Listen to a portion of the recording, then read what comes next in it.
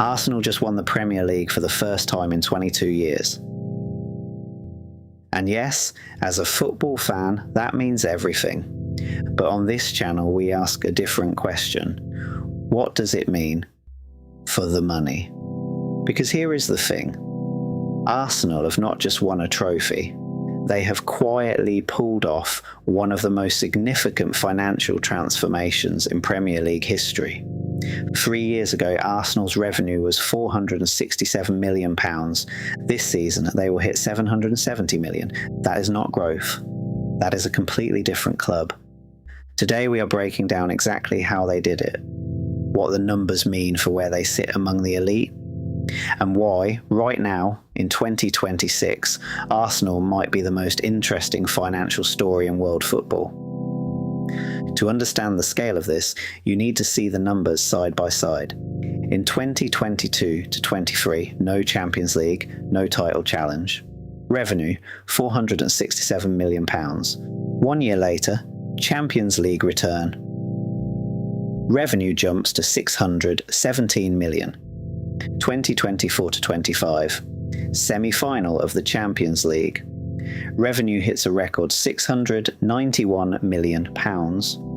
And 2025 to 26, Premier League title, Champions League final, projected revenue up to £770 million. That is a 65% increase in 3 seasons. Not many clubs anywhere in world football can point to growth like that. So where does £691 million actually come from? Let us break it down. Broadcasting, £273 million. This is the Champions League engine. Arsenal reached the semi-finals, 30 home fixtures in total. The expanded UEFA format means higher distributions at every stage. The deeper you go, the bigger the check. Commercial, £263 million. This is the number you should pay attention to. Deloitte's own data says Arsenal's commercial revenue has grown by 104% since 2021. That is nearly twice the average growth rate of the rest of the so-called Big Six. The Adidas kit, deal renewal, Sober Realty as sleeve sponsor. A growing portfolio of secondary partnerships, all being struck at valuations the club simply could not command 4 years ago. Matchday, £154 million. The Emirates holds 60,000.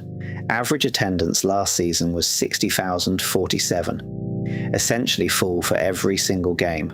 It is a rock-solid base, but it is also the ceiling without an expansion. And the bottom line, pre-tax loss of just £1.4 million, down from £52 million in 2022 to 23.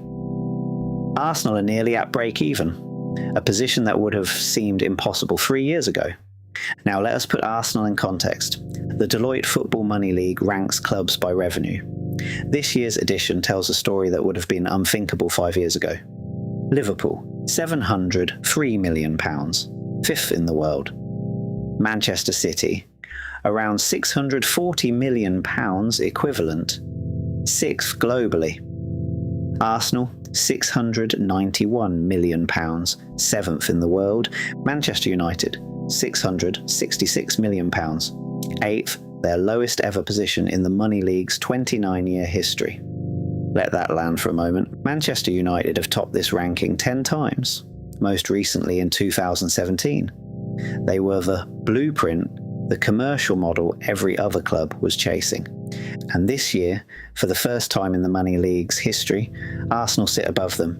This is not a blip, it is a structural shift. Revenue is one thing, but what does this translate to in terms of what the club is actually worth?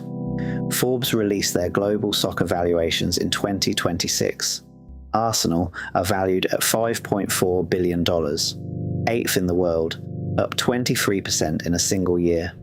For context, Manchester City are at $5.5 billion, just $100 million ahead. Liverpool and Manchester United sit above $6 billion, Real Madrid at the top, $9.5 billion. But here is the key point. Arsenal's valuation has nearly tripled over the past decade, and this year's rankings are based on 2024 to 25 data, before the Premier League title, before the Champions League final, The 2027 rankings will tell a different story. So let us be honest about where the ceiling still is, because this channel is about economics, not hype.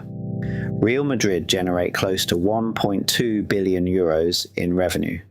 Barcelona hit 975 million. Arsenal at 691 million pounds are genuinely elite. But there is still a gap to the very top. That gap tells you something important. It tells you what structural advantages actually look like in football. A bigger stadium, a global media operation, a brand that generates commercial revenue at Madrid or Barcelona levels.